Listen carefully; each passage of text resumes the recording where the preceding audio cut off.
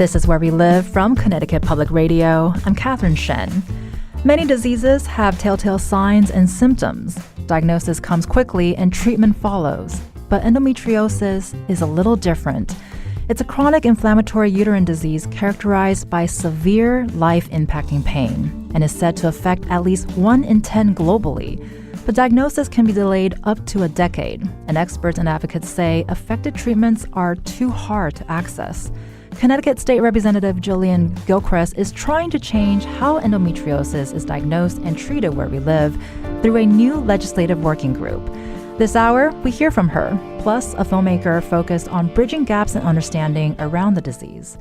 If you or a loved one have experience with endometriosis, you can join the conversation. Give us a call at 888-720-9677. That's 888-720-WNPR, or find us on Facebook and Twitter at Where We Live. But first, we have Arlie Cole with us. She's a self-proclaimed endo warrior who is a member of the endometriosis working group, and her Instagram handle is Misunderstood. Thank you so much, Arlie, for being with us this morning.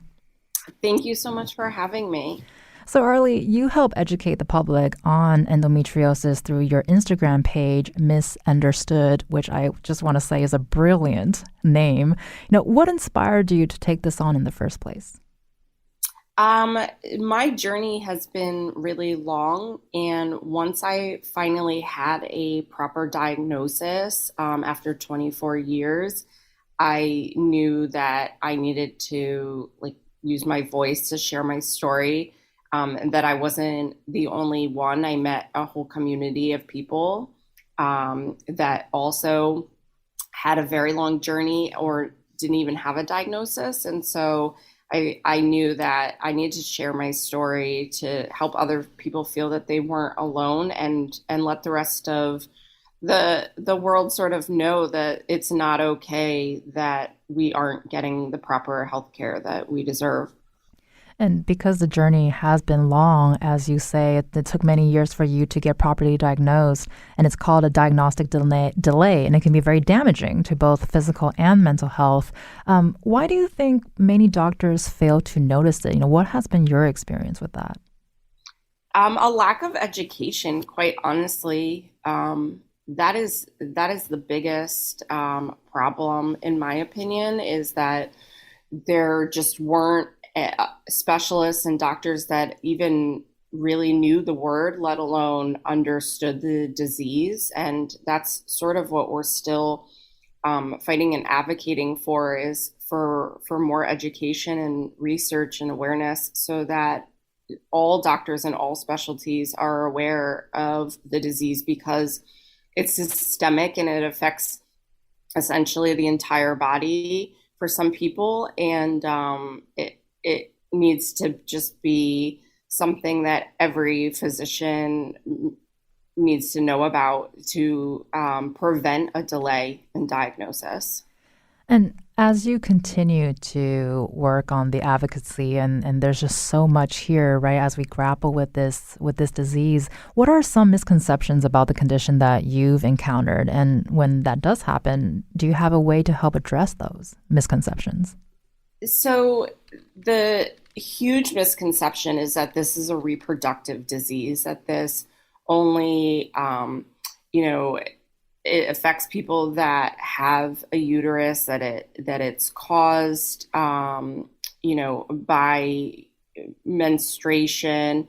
There's so many questions in terms of where it comes from, why, that we still don't have answers to. But there's sort of all of this, I guess you could call it fake news swirling around about where the disease originated from or what causes it. But it's a systemic disease that literally has been found everywhere in the body, and it's not a reproductive disease, but it does affect your reproductive organs, and it can affect your fertility. So that's a huge misconception that I feel like we're constantly trying to debunk. And I feel that if we had more information and more research, that we could prevent a lot of people from suffering. And I want to bring in State Representative Jillian Gilchrist, who is also the co-chair of the Reproductive Rights Caucus. Thank you so much, Representative Gilchrist, for being with us this morning. Thank you so much for having me. And, with what Arlie just said, I want to ask you the same question, too, in terms of what motivated you to take an interest in endometriosis and because of that, to form this working group to help address this issue. Great, thank you. And thank you so much for covering this topic. So, unfortunately, similarly to Arlie's experience, I had a colleague and friend reach out to share with me about her experience with endometriosis. And I'll be honest, I'd never heard about it before. But as she started explaining what she had gone through, I certainly knew individuals throughout my life who I think probably were experiencing endometriosis. And so I went back and did some research and was just shocked to find how many individuals are impacted by endometriosis and how little we know about the disease, and how much work there is to be done. And so that's why I started the working group here in the state. And just a reminder that you can also join the conversation, 888-720-9677, or leave us a comment on Facebook and Twitter at Where We Live. I want to take a moment to take a call from Tanea from Hartford, who joins us on air right now. Tanea, are you there? Yes, I'm here. Thank you so much. Can you hear me? Yes, go for it. Okay, hi. Yeah, I just want to thank Rep. Gilchrist for her work in endometriosis care. I live with it. It's a very painful disease. I was diagnosed when I was about 18 or 19, and luckily in the emergency room, the doctor knew what I was going through. And I believe it's hereditary because I watched my mother go through the same symptoms. And luckily, they say like pregnancy and childbirth cures it, or getting I don't even know the word for it, but I'm at this point now where my pain has gotten so bad that they want me to get surgery, and I'm at odds. Well, I have to work. I don't have proper health care coverage, and, I'm going to have to be in recovery. So I really appreciate that folks are educated. I'm feeling more comfortable in my journey. But yeah, it's a very debilitating disease, and I'm glad that the work is being done. Well, thank you so much, Tanea, for sharing your story with us, and happy to hear that you're more comfortable with your own journey as we talk about this. And I want to ask Representative Gilchrist, what's your response to what Tanea just shared with us? I imagine this echoes with a lot of the stories that you've been hearing. It does, and I want to thank her for calling in and for her kind words. And I'm so glad that there is this community, and we're creating more of a community and more knowledge about the disease. When she says she believes it's hereditary, we all believe it's hereditary, but shockingly, the research hasn't confirmed that yet. So again, it's this disease that the individuals who experience this know, but we need the research to catch up with kind of common sense. And then I'd say to her, we're working hard to ensure that a surgery that she might need is affordable and accessible, because those are some of the barriers we're seeing people face as well.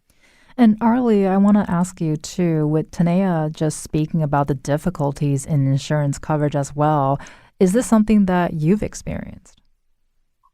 Absolutely. You're not alone at all. That is one of the major issues, like Representative Gilchrist just said, is access to care. And it, in my opinion, it doesn't really exist yet. A lot of times insurance will not cover an excision surgery.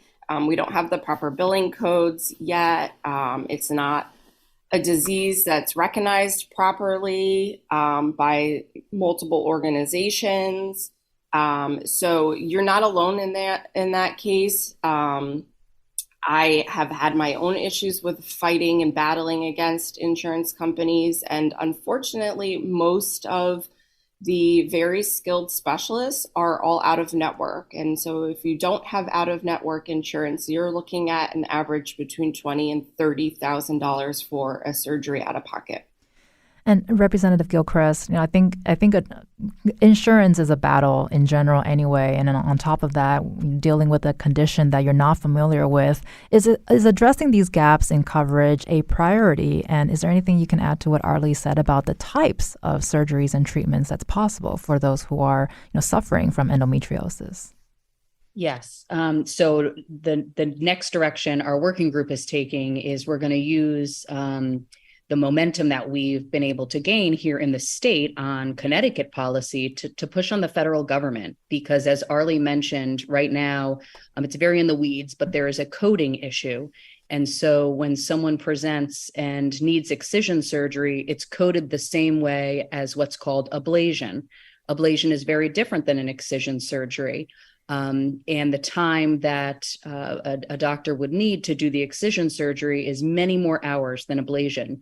And so there are many providers who can't financially afford to take insurance and only be covered for the ablation surgery. And so we are going to try to push to change that because it is, again, so many barriers to even get the diagnosis. And then once you get this diagnosis, to be told that you financially can't afford the excision surgery, that's just incomprehensible at this point in time. And I think, unfortunately, that's something that we hear a lot, right, with not just endometriosis, but many other conditions that people suffer through. And you mentioning just now that this is something that's happening at the state level. There's progress going on in the federal level. Can you give us a sense or give us some insight into the progress made by the endometriosis working group here in Connecticut over the past year? Sure. So the working group meets every month, and folks are welcome to join us via Zoom. We listen and learn. And so what we've been able to do is pass legislation to require that physicians get continuing education on endometriosis. It's a start to the issue that Arlie raised about the lack of knowledge and education in the field. And then this past session, we were able to pass legislation to have the University of Connecticut Health Center partner with Jackson Laboratory to do research on endometriosis to better understand diagnostic tools and potentially treatment. Because shockingly, still the only way to get the official diagnosis is through an invasive surgery. And treatments vary. We are hopefully moving away from the days where women were told they needed a hysterectomy, but we still, like we've been talking about, don't have a whole plethora of treatment options. And because clearly we're addressing various gaps in understanding when it comes to endometriosis. We're talking insurance, we're talking in the medical setting. Can you speak to your efforts there, and how would you rank the priorities of addressing these various gaps? We talk about that quite often at the working group because it can get overwhelming at times because there's so many different areas that need addressing. But I think the education and the awareness. And so in addition to this continuing education piece that we passed, we've been looking at trying to get education into the schools so that young people first getting their periods, first experiencing potential pain, might be able to have someone identify that they might be experiencing endometriosis. Additionally, we're looking at trying to get endometriosis education into curriculum in medical schools. And that'll be a part of what's being called the endometriosis biorepository. That's that work between UConn Health and Jackson Laboratory. And then the other piece, as I see that the main priority is really this push on the federal government, because we are seeing that for those who, again, have been identified and are seeking treatment, financially, it is a significant barrier to be able to get that excision surgery that they need. And Arlie, you're also a part of this working group. I know we're kind of scraping the surface here, but what are your hopes for the group? What do you hope that it can accomplish? I'm super proud to be a part of the working group and super grateful for Representative Gilchrist for starting this group. And I feel like we've done like a really good amount of work right now to sort of like lift this up. And I'm really hopeful that we're going to be able to create here in Connecticut sort of like an endo center, endo hub, where we people will come to get more information and treatment and awareness and education, and we'll be able to change the outlook on endometriosis, at least here in Connecticut, and then be able to start to push that out to everywhere else. But I just agree with Representative Gilchrist. Like, we need to get this education into our schools, and it needs to start young. Maybe even before the age of menstruation, because some people start to experience pain and symptoms prior to even menstruating. And we heard from a listener in Hartford earlier who has experienced a delayed diagnosis. And we also heard from one social worker, Haley Turrell from Bridgeport. She spoke about her delayed diagnosis, which came to light during her fertility journey. And we asked her what she wished she could tell her younger self. Let's take a listen. One, that I wasn't alone, that there were other people going through it. I went through so many years thinking there was something terribly wrong with my mental health, and there was, because I was so thrown off by feeling these ways. But that there are answers out there, that unexplained infertility is not an answer, that, when we're told in health class or by our doctors or our family members that getting cramps and having to miss school or work and using heating pads and taking medicine was normal. It's not actually. I wish someone had said, like, the way you're feeling, we don't want you to feel that way. You're not supposed to feel that way. I look back sometimes, like we all do, at my younger self, and I feel so sad that with the things that I missed out on and the hardships I had. I mean, I would be out socially and I would get stomach pain and have to leave. And, I was always described as dramatic and whatever it was, that I was too much. And it was because I felt that way. I didn't know what was going on with me. And I got to the point where I'm like, I guess I am just all in my head and there's nothing wrong.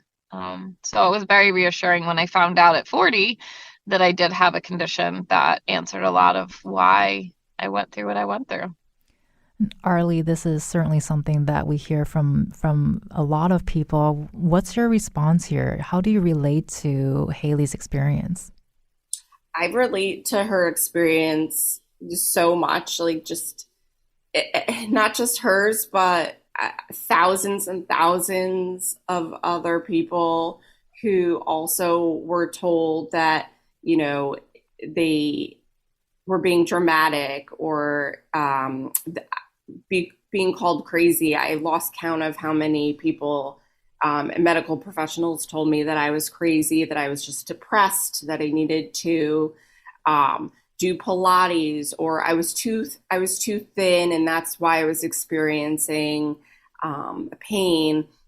The amount of gaslighting and people being dismissed when they're in pain, it does make you start to question yourself, and your mental health absolutely does suffer because of it. And there's a big connection between endometriosis and anxiety and depression when you're constantly on edge, not knowing, if you go to a festival, is there going to be a bathroom that you can get to? And you sort of feel like you're letting your friends and family down because you're in pain one day during something important. There's a lot of grief that a lot of people with endometriosis carry. And I personally have a lot of PTSD from different treatments and tests and procedures that were that were done that didn't need to be done.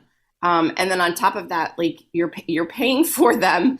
And then you're like, what am I doing? So I absolutely can relate to everything that she has said. Well, and you just mentioned too, and Haley as well, you hear the emotion with what she's saying and all of the things that she's gone through and the things that people have said to her. And what you just shared as well, it's not just a physical thing, it's a mental health thing and overall well-being as well. And, from your experience, Arlie, are there some self-care practices that you find helpful, and what advice would you have for people who are going through that? Yeah, absolutely. And it's taken me many years to sort of recognize what I need to do for myself and realize that if people, aren't friends and family aren't going to understand this disease, only those that have it and that really suffer and struggle really get it. And instead of trying to explain yourself and almost like prove yourself to people, you have to just kind of be comfortable with the fact that this is your journey. You don't need everyone to believe you. You don't need everyone to listen. You find those few people or those support groups that do get it, and you stay true to yourself when your body is in pain and it's telling you you need to slow down and you need to rest. Like, that's okay, and you don't need to feel bad for that, and focus on the things that you can do versus the things that you can't do. I practice gratitude every day. That has been huge in terms of my mindset, just focusing on the little things in life, and taking time for yourself to heal and not feeling bad about that, like not feeling guilty that you need to take a step back and take care of yourself. And with that too, Arlie, do you have any advice for people who suspect that they may have endo but have not been diagnosed yet? Absolutely. So there are people out there on social media. It's strange to think that we turn to social media for answers and for medical or health advice, but the amount of people that I have met through social media who are, questioning themselves, questioning their doctors, being given misinformation. There is the right information out there, and you have to search and you have to find it, but don't stop asking questions. Don't stop advocating for yourself. If something doesn't sit right with you, find another doctor that's going to listen, and just continue to find strength, because you are absolutely not alone, and there are advocates and there are good surgeons, and reach out to the Connecticut working group, like follow me on Misunderstood. I'll direct you to the really good excision specialists, to Endo What, places that are putting out like real information and creating real connections and support for people that need it. And for our listeners, you can find more information on the endometriosis working group on our website at ctpublic.org/wherewelive. And Representative Gilchrist, we'll love some final thoughts here, with what Arlie just shared on top of that. Do you have any information or resources for our listeners, for those who might need those resources? Yeah, I would echo what Arlie said. I think, unfortunately, the point at which we're at, your best bet is connecting with these resources on social media as Connecticut builds up our endometriosis biorepository. I do want to quickly just touch on, what Haley said, and mention that while certainly men can experience endometriosis, this disease disproportionately impacts women. And so for women to be told that it's in their head for their entire life, it just makes me angry. And so I'm so proud and happy that we're having this conversation and that there are advocates, because we really need to create this community to give women the support that they need. Well, please most definitely keep us posted. You've been listening to State Representative Jillian Gilchrist. Thank you so much for your time today. Thank you. And Arlie Cole, thank you so much for joining us this morning and helping us educate about endo. Thank you very much for that. Absolutely. Thank you so much for sharing all of this. And coming up, we'll hear from a filmmaker and her most recent documentary shedding light on endometriosis.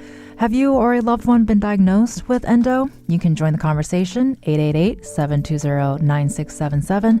That's 888-720-WNPR, or find us on Facebook and Twitter at Where We Live.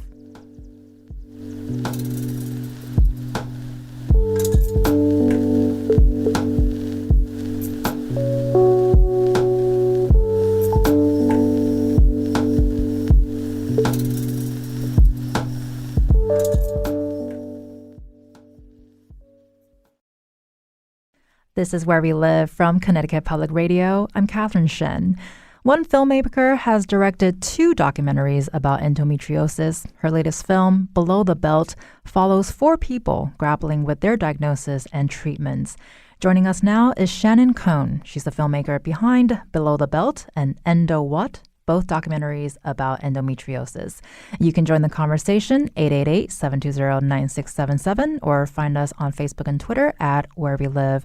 Shannon, thank you so much for joining us on Where We Live this morning. Shannon, are you there? Shannon might not be there. I believe you might be muted, Shannon. Just taking a quick moment to let you know that. Hi, can you hear me? She is here. You know, you wouldn't be a filmmaker if you're not going to make a dramatic entrance. Thank you. Hi, Catherine. It's an honor to be here. Thanks for having me just a few minutes late. Yeah. You know what? Absolutely. The red carpet is all yours. So I want to just jump straight to it. Below the Belt is your second film about endometriosis. So I want to talk about, what inspired you to focus in particular on this issue and to help spread awareness? Of course. I think like so many of us, things that we're truly passionate about in life comes from a personal, place, a personal story. And the story behind these 2 films is no different. I have endometriosis. I first had symptoms at 16, yet I didn't hear the word until 13 years later. And that, of course, that's where it all started. But the true impetus behind the film is I have 2 young daughters. And we know enough research, like Representative Gilchrist so eloquently stated, we definitely need more, and I'm sure we'll get into that in a few minutes. But we do know that there's a 7 times increased genetic risk between mothers and daughters and among sisters. So honestly, the thought that my 2 daughters, so young, so innocent, looking at them and thinking that they might have the same journey ahead of them that I had walked, to get a diagnosis and to find effective treatment was really, honestly, terrifying. And it galvanized me to say, listen, if there were ever a condition, ever a disease that needed films to create widespread awareness and galvanize, change in a real and substantive way, is this little known, strange sounding disease called endometriosis. And, you just shared your experience with your 2 young daughters. Clearly, this is a very personal story for you. Has that experience shaped the way you approach in making these documentaries? Of course. Every time I think about them and what they're going through or what they could go through, they're 12 and 15 now, I make sure that, I give 1,000%, into everything that we do with the films, around the films, the social impact campaigns that we're building around the films. That includes things like medical education, education of patients, policy work on the federal and state level. We just look at it in a different way when we know firsthand the impact of this disease. It just changes it. And we spent quite some time earlier too talking about how there's a lot of, there's progress in terms of getting more information out there in the state level and the federal level. Hillary Clinton was an executive producer on this film. And one portion of the film, it also followed the late Republican Senator Orrin Hatch, while he also looked into this issue and its urgency. How would you describe the political conversation around endometriosis? Of course, absolutely. And, going back to the to the personal connection, Senator Hatch, who was an incredible advocate for endometriosis, it came from a very personal place for him, as well. And I think most people, when they think about Senator Orrin Hatch, they don't immediately think about, women's health champion, endometriosis champion, but he was, and it came from a very personal place. His granddaughter has endometriosis and has suffered since she was 13 years old. So he saw firsthand, the devastating impact of this disease. It really robbed her of a lot of her teenage years when she was bedridden, really, and missing out on her high school experience. So when we came to him and said, there's this endometriosis, he's like, I know all about it. What do you want me to do? What do you need me to do? I know how devastating it is. and he brought Senator Elizabeth Warren on board. And we have been working with them in a bipartisan way since 2017. Of course, when Senator Hatch retired, Senator Mitt Romney took his place in our work and making sure that the work remains carefully bipartisan. Because, I think endometriosis, especially in today's political climate, it is an opportunity for both sides of the aisle to come around a women's health issue. As Representative Gilchrist said, it disproportionately affects women, although it can affect, 1 in 10 men, or 1 in 10 gender expansive individuals. So in addition to 1 in 10 girls and women. So just want to make sure we recognize that. But disproportionately affects women. And this is an opportunity where both sides of the aisle can rally around and say, hey, we care about this and we need change. And Below the Belt sheds light on the challenges faced by people with endo, including long delays in diagnosis and treatment, which we have heard from listeners. How do you envision the film being able to sort of contribute to reducing these delays and maybe improving the overall quality of healthcare for endometriosis patients? Of course. Well, there are a number of ways. And I always tell people, think about these films, both Endo What and Below the Belt, as a tool for change that are part of a larger toolbox. And, we all have a role to play in changing the course of this disease, and we can all be tools, in this toolbox to move toward change. And I look at these films as part of that. With Below the Belt, for example, it's a tool to help create widespread awareness. It premiered on PBS nationally last month. It continues to air on PBS Passport for the next year. It will be on streaming services. It will be hopefully in every country in the world. And it invites a conversation about women's health and endometriosis among a population that has maybe never heard of the disease. And, endometriosis is a strange, word that a lot of people are kind of like, when I mention what it is, a lot of people don't know what it is, and they say endo what, which is of course the inspiration of the first film, because I heard it so often when I told people, my next project is about this disease called endometriosis. And, the widespread awareness just hasn't been there. But if we can, through a film, share compelling human stories and make people care about this condition in a way that they never expected, then the hope is then they can care about the larger issues at play and be part of the change, even though it may not directly affect them. And I will say briefly, listen, everyone who's listening to this right now, you may think you're not affected by endometriosis, but you absolutely are. If you may have it and may, know or may not know that you have it, but I can guarantee that you know and love someone who has it. So even though you may think you're not affected, you are. Shannon Cohn will be staying with us. After the break, we'll hear about her aim to educate every primary care physician, school nurse, and pediatrician in the country about endometriosis. And you can also join the conversation, 888-720-9677. That's 888-720-WNPR, or find us on Facebook and Twitter at Where We Live.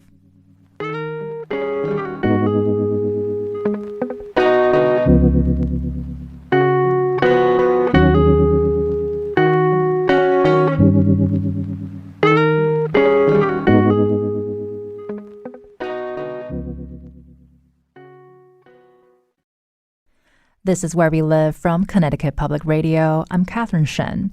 This hour, we're discussing endometriosis and how it affects people where we live. Advocates say delays in diagnosis are a major issue, and one new documentary shows how.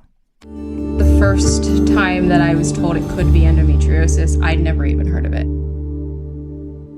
And this was 6 years into me being a nurse, and really what I like to regard as really highly specialized and nationally acclaimed medical centers. And to me, to just, for the first time, be hearing about a disease that's so common, not in school, not through work, this was the first time I'd ever heard of it. And that's kind of crazy. It's crazy to me. That was registered nurse Jenna Reish in the film Below the Belt. And back with us to discuss is the director, Shannon Cohn.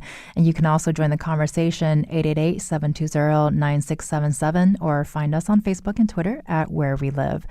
Shannon, I feel like that was a little deja vu there, listening to Jenna's experiences, which is not uncommon. And can you tell us a little bit more about Endo What, which is your first documentary about this disease? And also, can you talk to us, too, your goals to provide educational toolkits to every school nurse, pediatrician, and physician in the U.S.? Of course. So Endo What is an educational documentary about endometriosis. And the goal with that film is to provide an accurate base of knowledge about the disease for patients and for providers, especially frontline providers. So it's basically everything I wish I had known at 16, at the very beginning of my journey. And if I had known the things, shared in Endo What, I would have saved myself not only 13 years of, chasing specialists and medications and tests, but thousands of dollars and unnecessary tests and medications and doctor's visits. So that was the goal, or that is the goal with that film. And it was always meant to be, a specific, I'm so sorry. I'm outside and there's a plane going overhead. We can all travel together. It's okay. We all get distracted. So basically, it was meant to be to a very niche audience. And I was honestly quite surprised by the reception because it just exploded. So many people were talking about endometriosis and all of the things that we needed to know about the disease.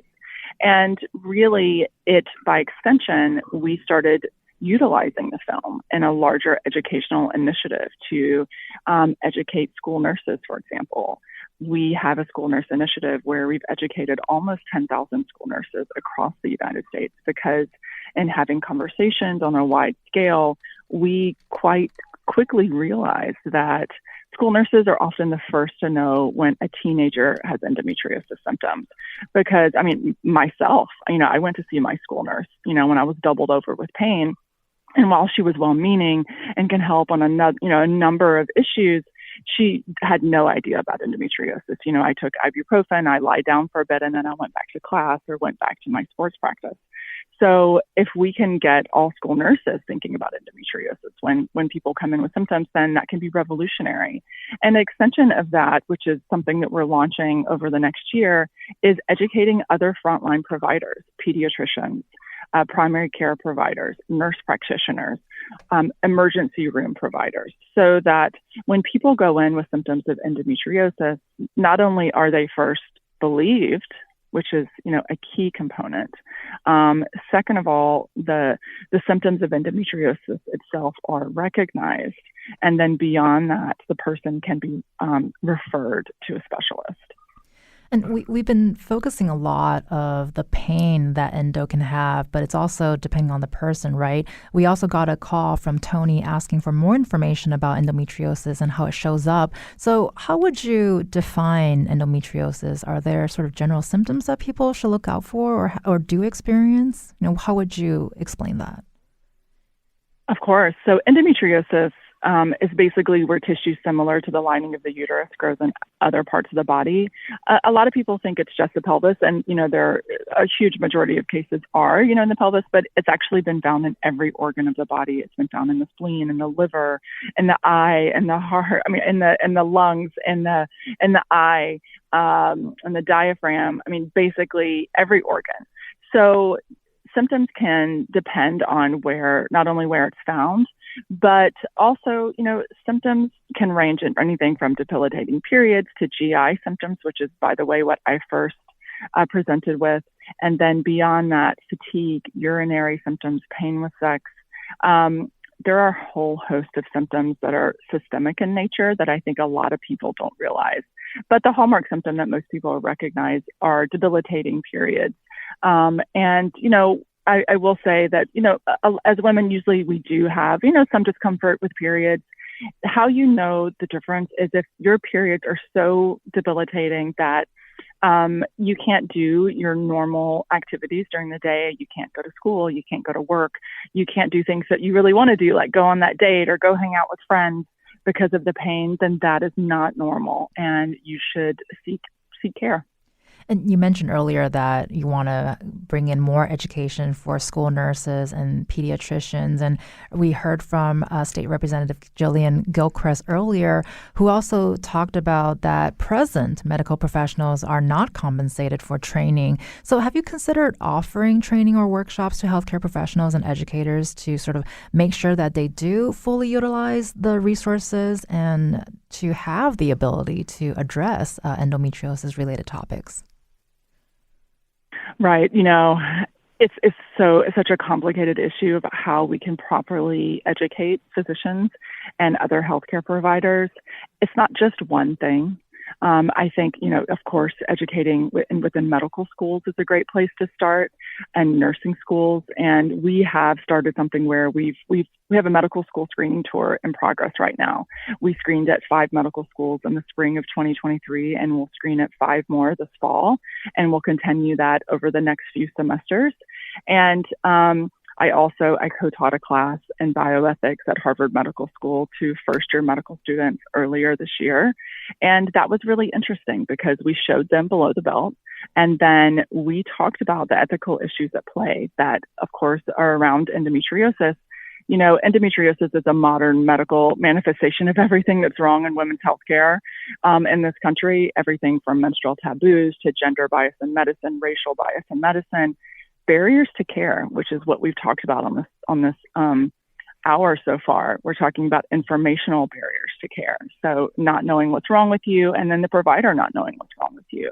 Institutional barriers to care, which you're alluding to with the coding, for example, and making sure that not only surgeons are properly reimbursed and can stay in network, but then financial barriers to care for patients so that patients can actually access the care that they deserve and that they need and are not relegated to subpar treatment, which is unfortunately what's going on right now with so many patients with endometriosis and other, related healthcare conditions. So, yes, medical school screenings is one thing. Changing curriculum is another thing, something that Representative Gilchrist mentioned and is working on, which is such a key component as well. And then CME, which is something we're also working on with our frontline provider toolkits that we'll be releasing soon. So all of those components working together are incredibly important, but also beyond that, working at the federal level, which is something that we've been doing. We're working on, hand on hand with the NIH, with Congress and both sides, but like I said, both sides of the aisle, both the House and the Senate, and then also the White House Gender Policy Council to create change in a meaningful way. All of these entities deeply care about women's health, deeply care about endometriosis. And now we're in a position that we can actually, with building momentum and widespread awareness and public support, can actually move toward meaningful answers. Well, and with all of the components that you just mentioned, clearly it's such a complicated issue and there are so many moving parts. And so, in your efforts you're teaching classes, you're doing these film screenings, you're distributing educational toolkits. Have you encountered any challenges or resistance from healthcare organizations or institutions? And if you have, do you have plans to address those challenges or how to address those challenges? Yes. I think anytime you're dealing with institutions, there's a resistance to change, a resistance to admit that maybe something, is wrong or not quite working for a population. It's not because any single individual is a nefarious actor or anything like that. It's just that whole, a feeling of, oh, this is the way it's always been done. But when clearly it's not working, when the status quo is not working for a certain population, and when we're talking about something like endometriosis, it's the patient population. So unfortunately, that's usually a sick population, but the onus is on that population to make the change.